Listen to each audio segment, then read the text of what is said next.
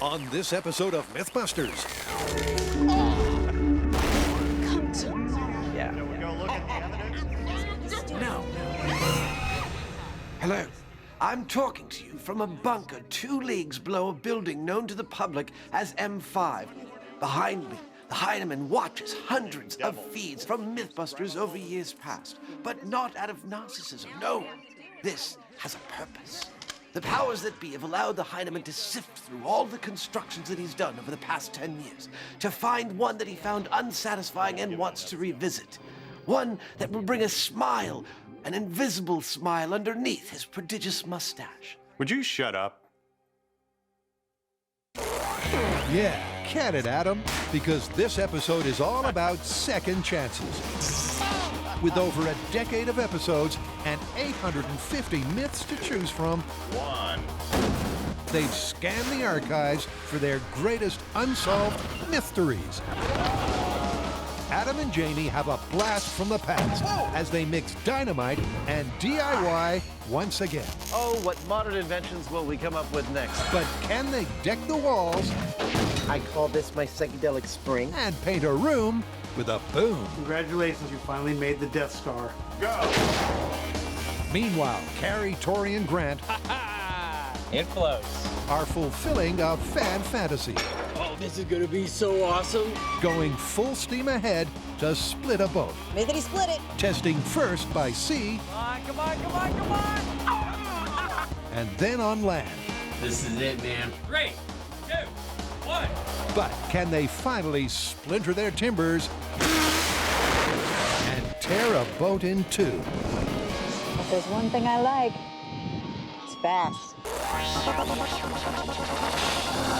Who are the MythBusters? Adam Savage I reject your reality and substitute my own. and Jamie Heinemann. It's almost too exciting. Between them, more than 30 years of special effects experience.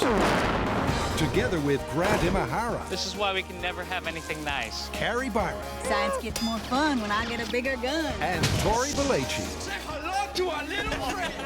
They don't just tell the myths, they put them to the test.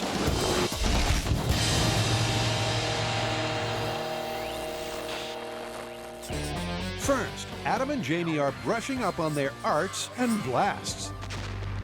For those of you playing at home, Painting with Explosives is a show we did years ago based on an episode of the British comedy Mr. Bean, in which a stick of dynamite is placed in a bucket of paint, and when it blows up, it perfectly paints the room it's in without destroying the room. Yeah, but our explosives didn't do a very good job of it, did they? Nah, I think we ended up more like staining the walls than actually painting them. Yeah, it was a Jackson Pollock sort of a moment. Yeah, barely. Yep, the last time we tested this weapon of mass decoration, our painters and detonators Coverage, total crap.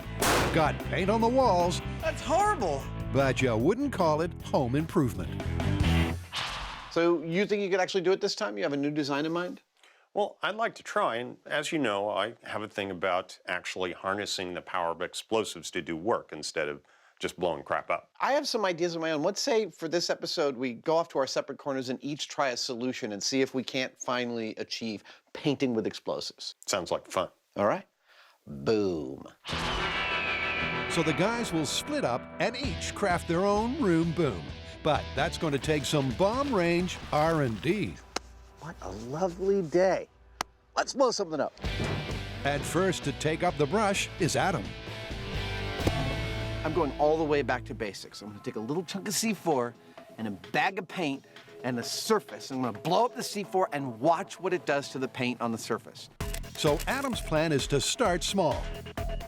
C4 goes here, paint hangs here, my test canvas goes here. Under the watchful eye of J.D. Nelson to explore what happens when paint meets explosive meets canvas. Painting with explosives. First experiment in 3, 2, 1, go. Fascinating. Fascinating. It just like goes. That's not at all what I expected to happen. That's information. That was the whole point of this test. That fraction of coverage is a long way from what Adam needs. Boom. And the action replay reveals why. Whoa, the paint's still there. Wow. It's totally not vaporizing. It's too far away. That is radical. Awesome. Okay. I know what to do next. Yep, for test 2, Adam's got something different on his plate. So the difference between this blast and the last one is that I am going to move the paint much closer, in fact, right on top of the C4. And second, as you probably already surmised by this, I'm going to give the C4 a reflecting backing plate, this big, heavy piece of steel. Oh, cool. There it is. There you go. I'm not actually sure if this is going to work, but it's going to be really different than the last one, and that's going to tell me something. In 3, 2, 1, go. Whoa!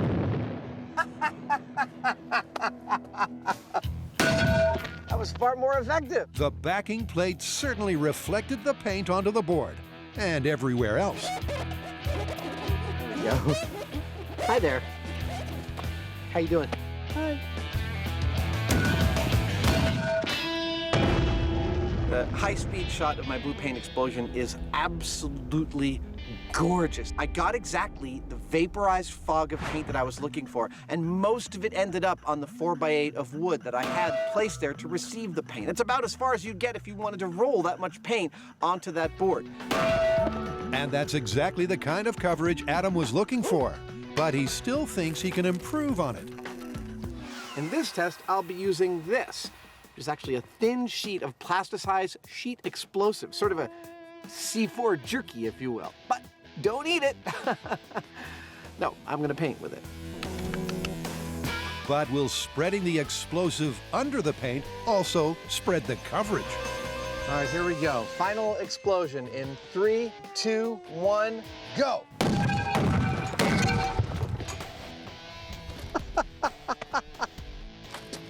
That was more powerful than I expected it to be. That's a little too much oomph. Well, let's go see how it did with the painting anyway. It was less a lick of paint and more a riot of color. And that goes there. But piecing back together his canvas has inspired Adam. Well, for me, that was a very successful and excellent day, and not just because I spent the day blowing stuff up. Because in blowing stuff up, I actually learned, I believe I learned everything I need to know to paint with explosives, including how much explosives is too much. Time to get to work. So Adam heads back to the shop, where another Mythbuster has been playing with his nozzles. The way I see it, if I can get a single blast of paint going through a nozzle to cover an entire wall perfectly evenly, then if I have multiple nozzles painting multiple walls, I can get a single blast of paint to paint a whole room. I'm thinking that this sort of flattened orifice here is restricting the paint to where it doesn't come out in a cone, but rather it comes out in a rectangle. And that's exactly what I need. It's exactly what he needs. But a hose is a long way from an explosion. With that in mind, I've broken out this rig that I built some time ago because it'll allow me to test with up to about 700 PSI, and we'll see if that fans it out more. Jamie's aiming for a rectangular spread onto the wall. Too far open. But it's a delicate business of tweaking his nozzle just so, I like the first one better. until eventually he finds his Goldilocks ratio. 3, 2, 1. It's looking pretty good. Yep, and with his nozzle in hand, Jamie heads to the bomb range to put part 2 of his theory to the test. Solid as rock. My theory is that this time around, we need to contain the paint and the explosives in something like this high-pressure scuba tank. And when the explosives go off, the paint will be propelled out the nozzle of the tank, kind of like a spray nozzle, and we'll end up with our nicely painted wall. Hopefully not a pipe bomb. Yep, Jamie's method all comes down to pressure. But first, what happens when you put explosives inside a tank of paint? So for this first test, I'm gonna use about a earplug-sized wad of C4 and a blasting cap. Hopefully the tank can hold on to that. All right, this is test 1, C4, no nozzle. In 3, 2, 1, go. Ah, that actually is quite nice. It looks like it sent most of the paint out. No rupture. No rupture. And even without a nozzle, Jamie covered a third of his canvas. I'm really delighted with this because, as it turned out, we judged the amount of explosive and the way that we set this up to within a hair of perfection. If we'd gone any farther, the tank would have blown because, as you can see here, it swole, but it didn't blow. It didn't blow, so Tank 2 is filled with paint and then fitted with the patented Heinemann nozzle. But will the combo of rectangular nozzle and pressurized paint cover the wall? In 3, 2, 1. Well. Once again, the tank survived, but the nozzle doesn't seem to have made any difference to the coverage. We're pushing the limits with what we can get with these tanks. And the fact is that I'm not creating the kind of spread that I need. I need more pressure to get that spread. So I think it's back to the drawing board.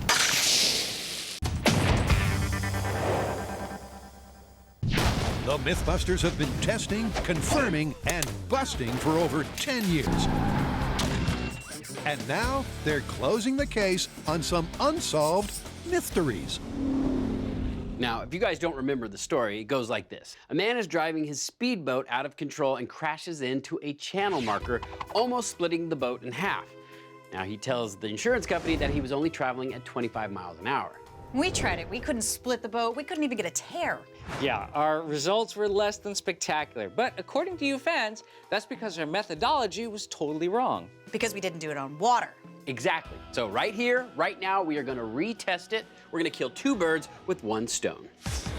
It was the myth they said was cursed. But despite the rain, I'm pretty much over this one. the problems, Did we lose the cable? the arguments, We've never used the blue rope. We always use the No, we haven't. and the accidents,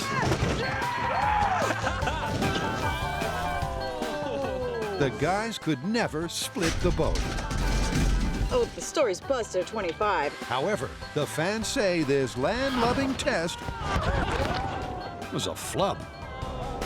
All right, 10-year, take 2. What's the plan? Well, it's obvious. We have to test this on water just like the fans asked. Well, we need a boat and a channel marker, but how do we get the 2 to crash? Why don't we do it the same way? This time, we just use power boats. You make it sound so easy. Well, now we're older and wiser.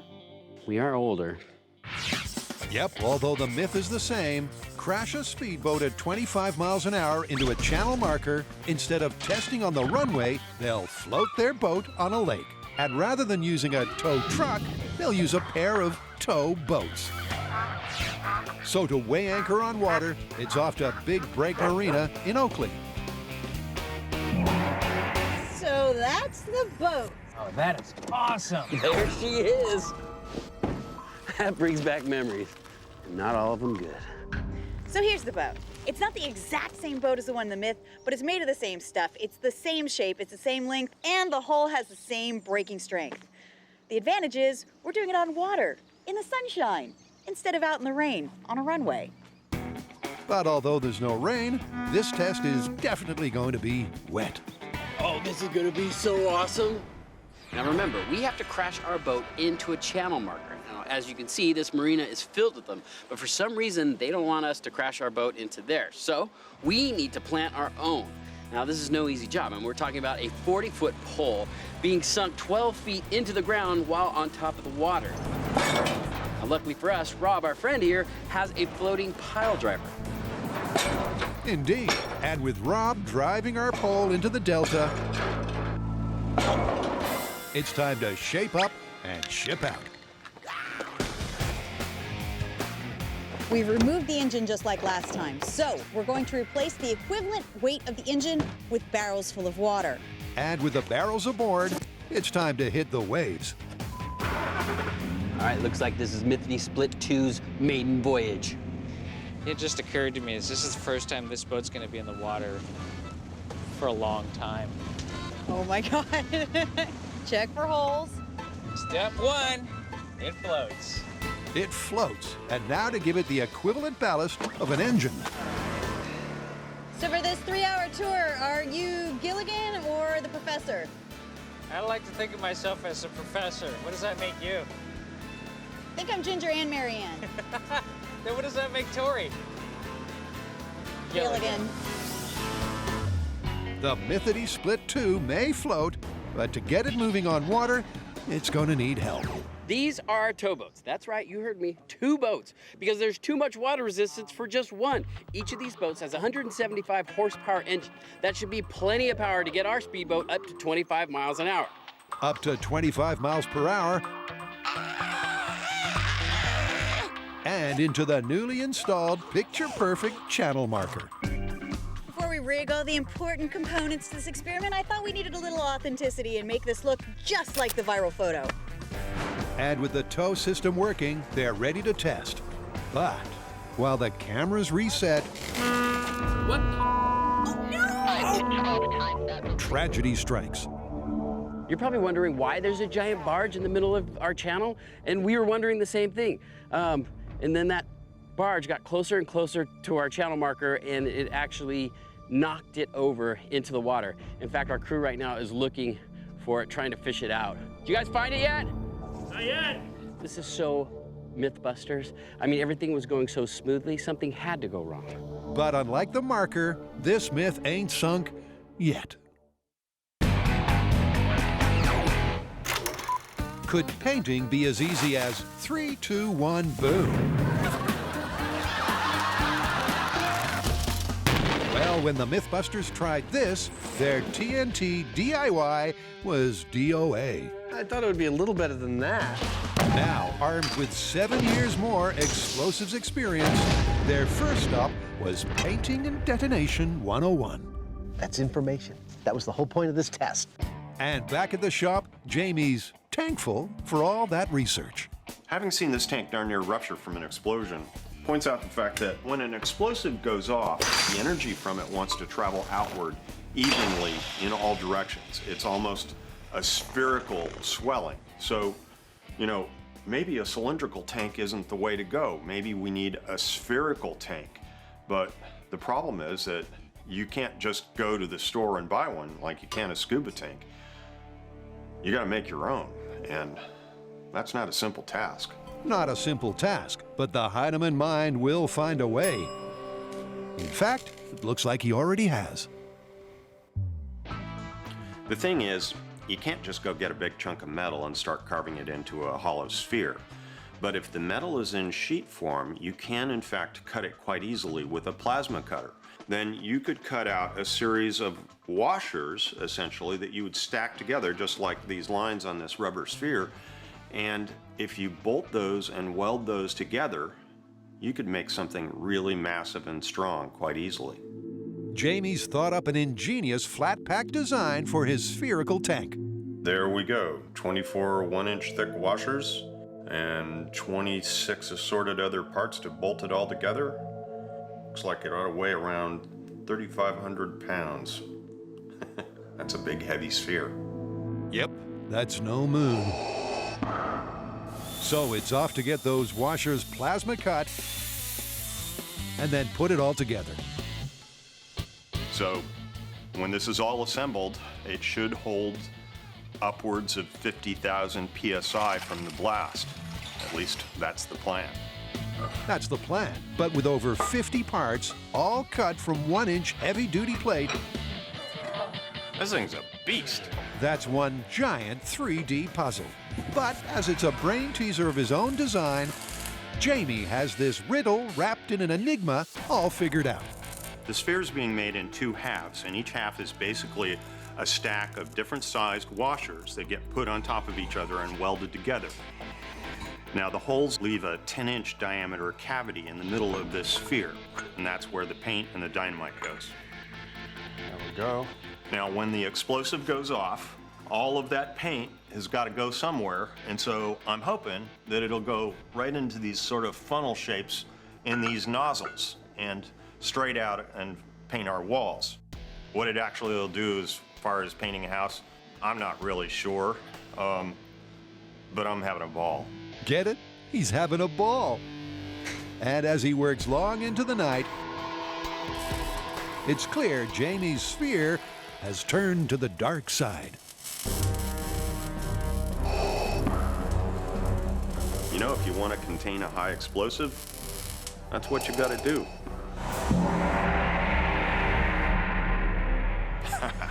That's pretty. Well, while Jamie's working on whatever flower of death he's building back there behind the forklift, I have been thinking seriously about the explosions that I got out on the bomb range.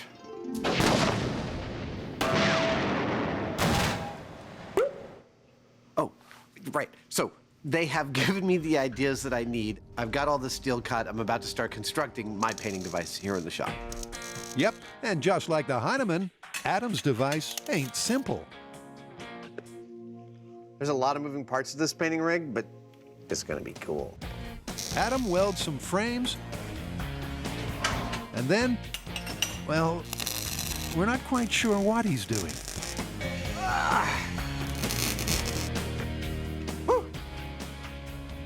Coming along. And that's exactly how he wants it to stay. All right. At this point, I'd like you to take a moment and speculate on how you think my painting machine works. Because you know what's cool? You're totally wrong. I'm going way off the reservation on this one.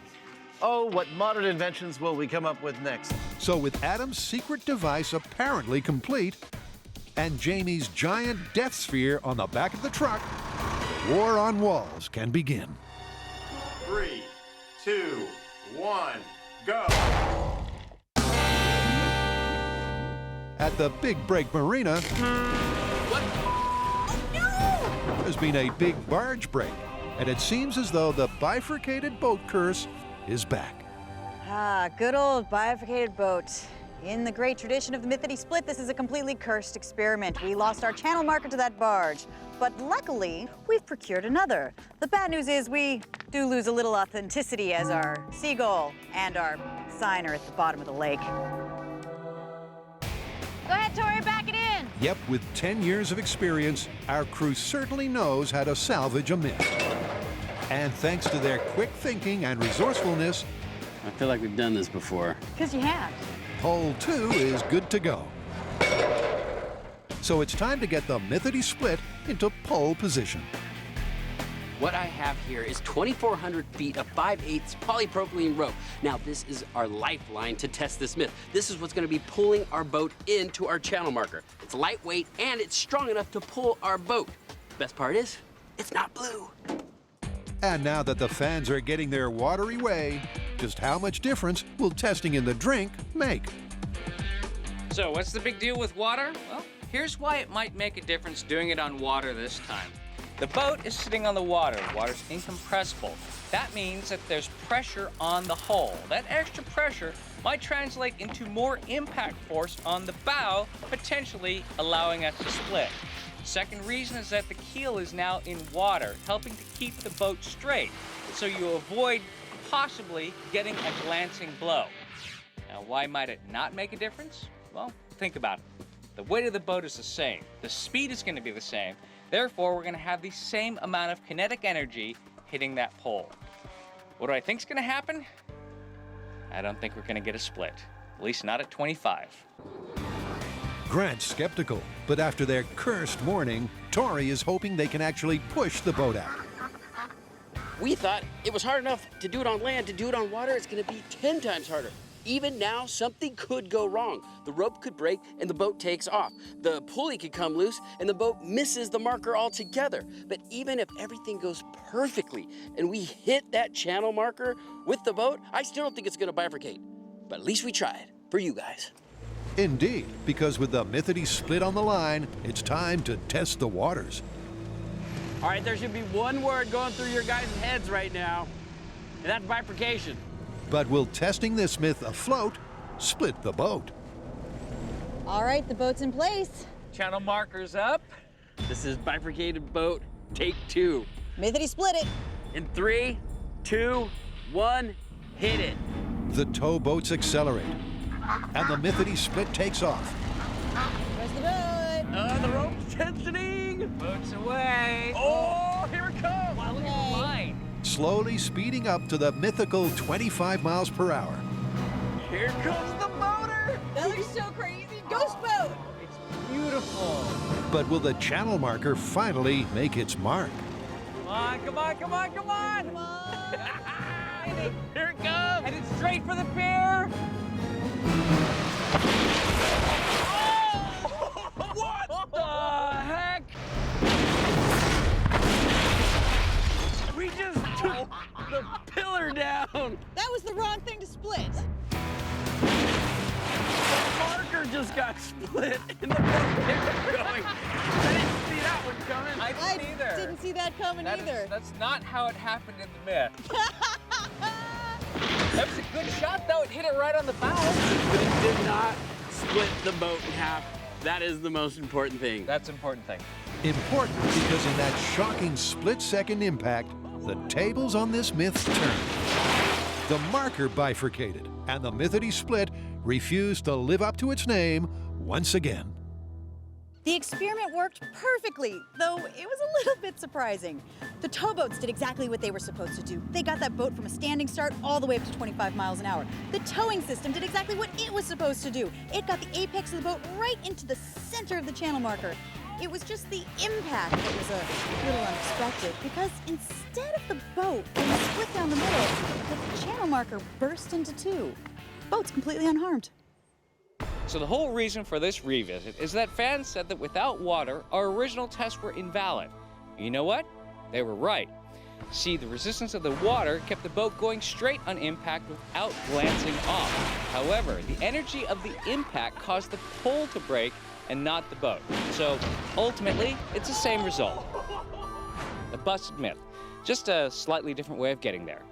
Now they say that two of the happiest days of a boat owner's life is the day he buys the boat and the day he sells it. But I won't be happy until we cut that boat in half. Yep, it ain't over until the mythity split splits. 1. Can you paint a room with a boom? Well, after a little trial and error, Looks like I need a little bit more work on my nozzle. each of the MythBusters have come up with a plan to find out. Down at the range, it's time to test the state of their art. I don't know what Adam's been up to, but I've had my hands full building my paint bomb, and I didn't have time to build a room to paint. So we brought in a team of carpenters, and they put this 8-foot high by 12-foot square room together as our blank canvas. The canvas is primed. Here we go. But strangely, Adam's not unloading his device anywhere near it. Allow me to introduce the Snowflake, my painting machine. It is named after both its hexagonal design and its uniqueness. And its design is informed by exactly what I learned out here on the bomb range earlier this week. And this is the result. Some might feel like I have broken the rules with this design. Clearly, Adam's up to something. All right, good. And as he welds the final touches to the snowflake, Jamie's confused. I'm guessing the paint goes in the middle. Yep, right along with the explosives. So these things are in the way. What, are they supposed to disperse the paint or something? Nope, these panels are exactly where I want them to be. Well, how are you going to paint the house? I'm not going to paint the house. I'm going to paint art that goes in the house. Oh, paintings with explosives. Yeah. I thought I'm the one that's supposed to cheat. Yeah, I thought I'd steal your thunder this time. Usually, it's the underhanded Heineman who decides to bend the rules and stack the odds in his favor. But after 10 years, Canvas for you. clearly all that devious designing has rubbed off on Adam. Well, this all started when I was out here at the bomb range doing my preliminary tests with painting and explosives. I really liked the patterns that I was getting on my target board, and I thought, what if we made art? I'm still technically painting with explosives. I just figured Jamie was gonna go whole hog on getting that room covered with paint, and I could kind of do my own thing. And that's what I did. And Jamie doesn't mind Adam sidestepping the myth. I actually think that Adam's design is pretty cool, and it's going to do a nifty job of painting these canvases. And of course, I've also seen like donkeys do it by dipping their tails in the paint. That looks pretty cool as well. You know, there's all sorts of random ways of spreading paint around, and this seems like it ought to work quite nicely. Now it's time for the snowflake to make its kinetic art debut with 6 marbles of C4 and some paint. I call this my psychedelic spring. I'm ready to go. Let's get to safety. All right. Do you think the rig will stand up, or is this a one-off? Oh, well, the rig's gonna hold up, but it might not be upright when the test is over, but that's fine, it doesn't have to be. If there's dirt on the canvases as well as paint, that's all part of it. You ready, sir? I'm ready. All right, here we go. Painting with explosives to make some art in 3, 2, 1. Wow, that was quick. It was quick. But when you slow the explosion to 1,000 frames per second, Wow. That is insane. it's also beautiful.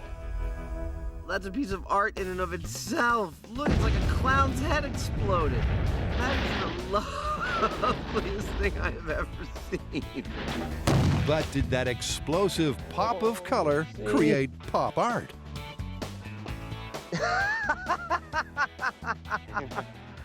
That's beautiful. All right, there's one. Oh, it's gorgeous. It's beautiful. The tale of destruction wreaked on the canvas.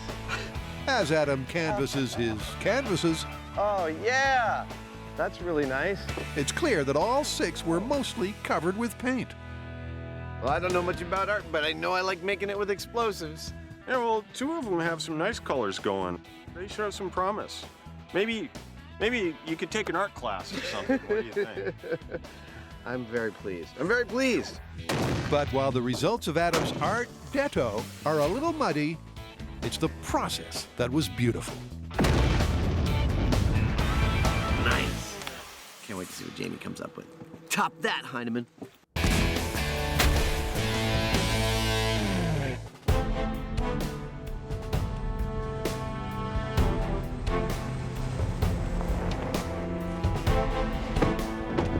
Rocket sled track.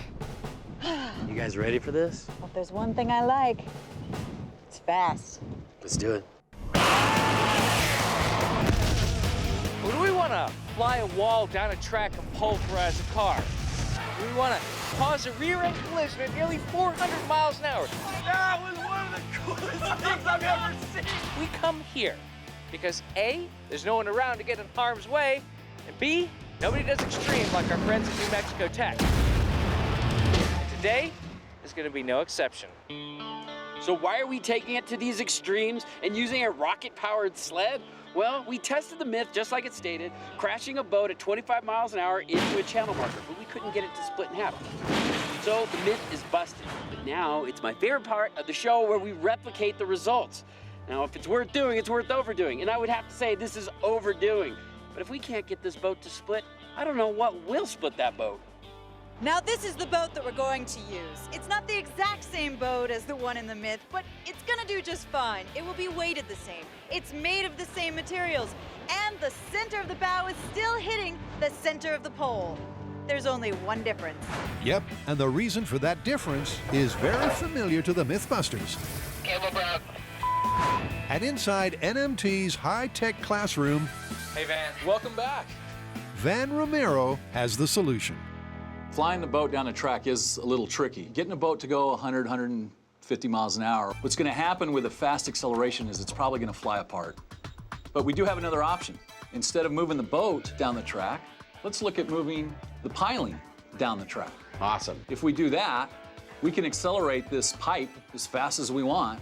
We won't have any problems. The physics is identical, as long as we get the closing speed to match what the closing speed that we want. The roles will be reversed, and the pylon will hit the boat, traveling at the top speed of a speedboat. So it's time to trek back to the track. Here we are at the very peak of Everest. You can see down there where lesser men have failed, but here we will succeed. And prepare the sled. The first thing you'll probably notice about the pole is, unlike our previous experiment, it's metal instead of wood. The reason for this is that at the speeds we're talking about, wood would simply shatter, where we know the metal's not going to shatter. The more important thing is the sheer amount of kinetic energy it's going to generate.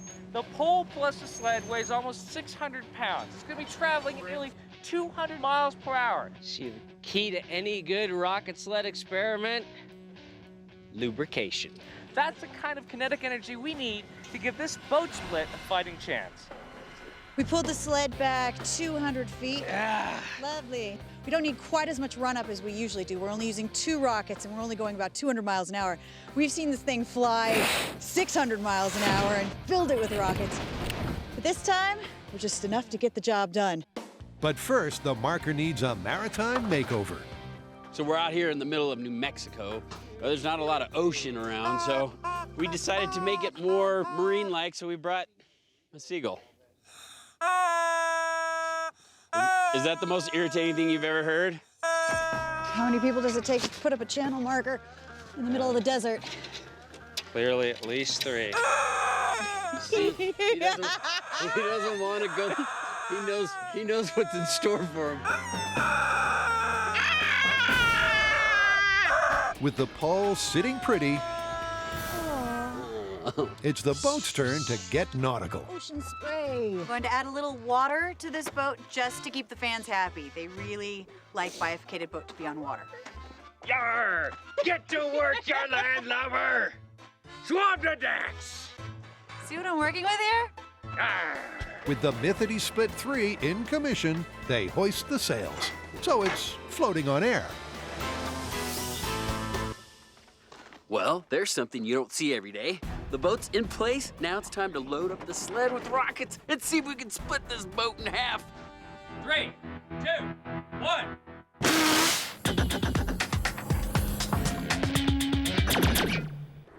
Devious Adam moved the goalposts Wow, that was quick. and created art with explosives. That's beautiful. But now it's the Heinemann's turn to paint and detonate. You need that. I do. It's time to load it up. The myth requires 100% wall coverage, so Jamie's reducing his boom. On our first test, we used C4, which is a very fast, high explosive.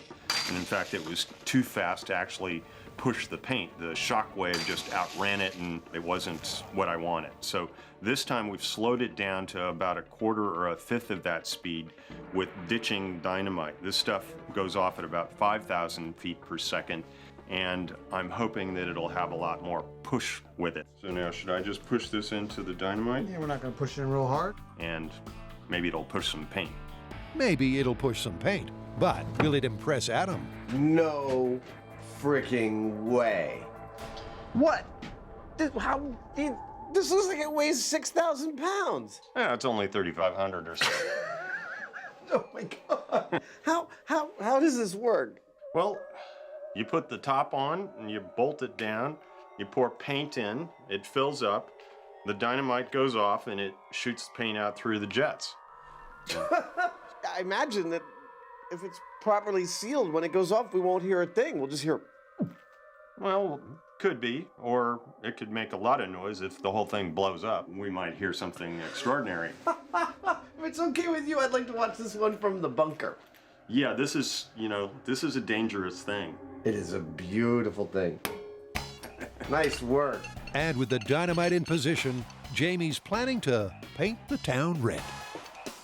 Who knows what the right paint thickness will be for this particular spray paint job. I mean, normally you thin paint a little bit when you put it in a sprayer, so I figure this wouldn't be any different. And in any case, the thinner the paint, the more it's going to break apart when it's sprayed. And why not hedge my bet? Well, with the paint payload on board, the sphere is locked and loaded.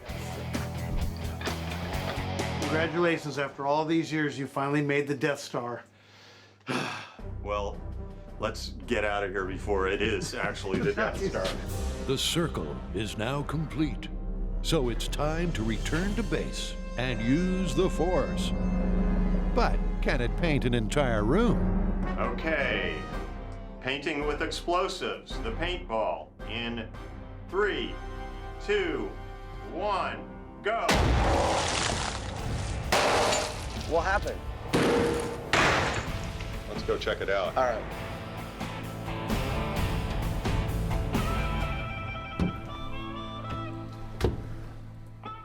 Wow. That wasn't exactly what I had in mind. But You've made a 4-wall Rorschach test.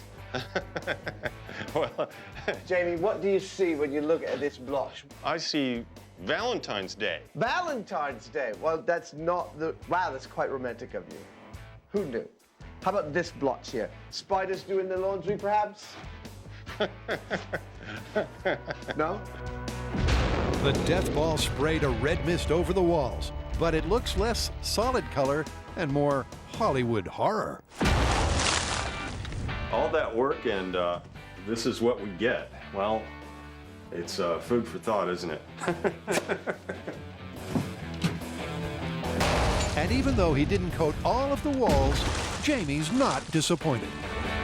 Well, I'm tickled pink that my ball actually withstood the high explosive. That was the main thing that I was worried about.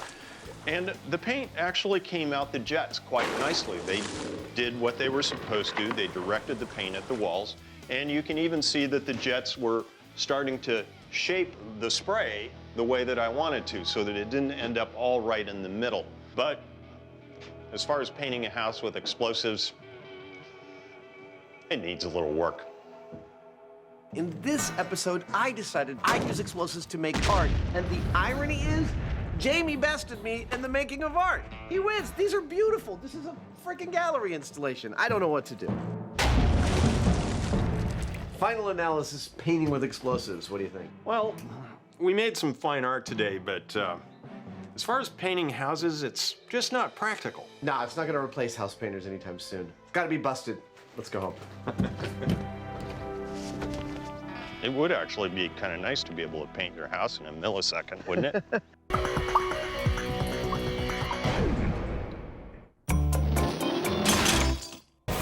Deep in New Mexico, things are about to get fast. So I heard you got some rockets for us. This is the most dangerous part of our day, loading the rockets onto the sled. It's dangerous, all right. In fact, it's so dangerous, it requires a costume change. This is an incredibly tense moment. And the reason is that the rockets have their igniters pre-installed. So just by handling them, they could ignite, and that would be a very, very bad thing. And the other thing that makes it difficult is that the ignition level is not very high, 1 volt at 1 amp. When you just walk around in wool clothing, you could generate a static charge of upwards of 40,000 volts. So that's why we have to remove anything that's not cotton and ground ourselves, because we don't want these things going off. Yep, they're staying grounded because the power of these rockets could knock more than their socks off. To send this pylon down the track at 200 miles an hour, we are using vintage Korean War high-velocity aircraft motors. That's going to give us the 200 miles an hour we need, 375 Gs, and 12,000 pounds of thrust. It's going to annihilate the Mythity Split 3. Indeed, that pylon will be traveling at the maximum speed a super-fast speedboat can go, which means there's no margin for error. We are set. The sled is loaded with the rockets. The boat is in place. We're about to fire it off. But everything has been going so smoothly, it's got me a little concerned. I mean, considering how much trouble we've had with splitting this boat so far. I mean, the first time we tested this myth, we couldn't split the boat. Not only that, we couldn't even put a dent in it. Then we tried dropping it from a crane, and we hit the crane with the boat. Then we retested it, and a big giant barge came in and knocked over the marker. Then we tried it again, and not only did we not split the boat in half, but we broke the marker in half. I'm just a little concerned right now because everything's going so well. Well, Tori, just don't jinx it now. To the bunker. We're all set. We're ready to go. After 7 years of waiting to find out if we could actually bifurcate a boat, We're here in the bunker. We've got our pylon on the rocket sled. The rockets are loaded. Our boat is suspended. We're just ready to get the 3, 2, 1, and I personally think we are going to split this boat this time. And Carrie's not the only one who smells success. Okay, so our high-speed cameras are in place. We are ready to go. This is the moment of truth. What do I think is gonna happen? Look, that's a fiberglass boat. It's a steel pole coming at it. That thing is gonna shatter into 1,000,000 pieces.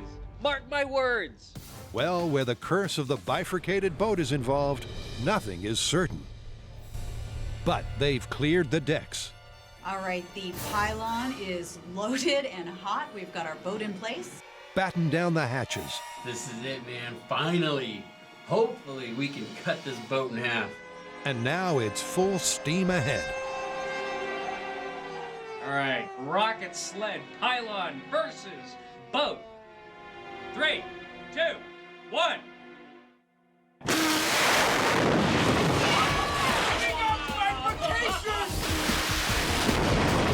Right down the middle! Finally! Awesome! Yep, it seems the curse has lifted, and they finally split the boat.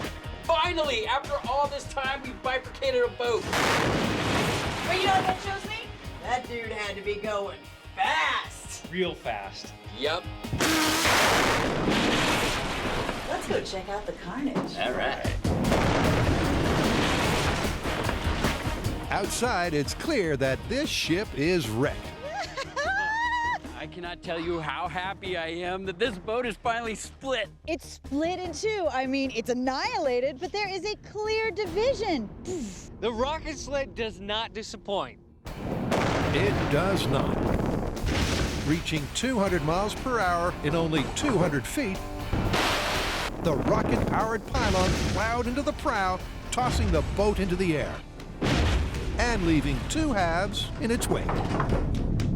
All right, so my prediction was that when the channel marker hit the boat, it would shatter into 1,000,000 pieces. But as you can see here, it actually tore a hole almost all the way down the hull, leaving us in 2 pretty much intact halves. And I've been happier to say that I was wrong. And it just goes to show that even a blunt object like our channel marker could turn into a knife when you add enough speed. There is no way that guy was going 25 miles an hour. We tried it over and over at 25. We tried it off water, on water. It took 200 before it started to split it. We didn't even get a dent at 25. I think he might have been lying. 7 years in the making, 4 channel markers, 3 boats, a barge, and a crane, but nothing could bifurcate the boat. Until now, with a rocket-powered sled. But it looks like this one's still busted. Well, that was fun. What do you think we could put on the rocket sled next? I don't know. Maybe a bus. Ooh.